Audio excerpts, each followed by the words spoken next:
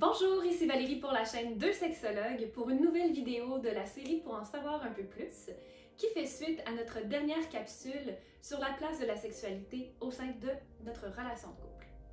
Donc ce que je veux apporter aujourd'hui c'est tout simple, c'est simplement une réflexion. Donc le premier point que je vous propose de réfléchir est les standards que j'ai par rapport au nombre de relations sexuelles qu'on devrait avoir me viennent d'où? Est-ce que quand je me dis on n'a pas beaucoup de sexualité, je le dis parce que je le vis dans le manque ou je le dis parce que j'ai l'impression que les gens de mon âge le font plus souvent, que les couples de 10 ans ou moins le font plus souvent, que les gens pas d'enfants, etc., etc., etc. Donc, d'où me viennent mes standards en termes de nombre? Si c'est des standards personnels, parfait.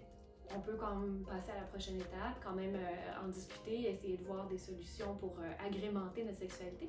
Mais si c'est vraiment des standards qui sont extrinsèques, qui viennent d'ailleurs, peut-être que ça peut permettre d'enlever un peu de pression et essayer plutôt, point 2, de se demander quelle est, moi, la vision que j'ai d'une sexualité épanouie. Donc, en dehors du chiffre, qui est peut-être un peu plus de performance, viser la sexualité épanouissante. Qu'est-ce qui me fait plaisir dans la sexualité, dans la partie génitale, mais aussi dans la partie non génitale dont on parlait dans la capsule? Est-ce que j'aime séduire? Est-ce que j'aime le jeu avant l'acte sexuel? Est-ce que j'aime un petit peu plus construire le désir sur le temps? Est-ce que j'aime proposer des nouveautés?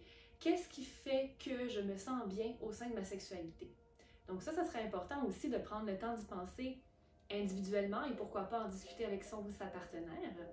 Et finalement, me dire, question 3, comment je contribue à cette sexualité? Parce que parfois, on va avoir l'impression que l'autre devrait connaître nos envies ou que l'autre devrait aussi venir nous chercher.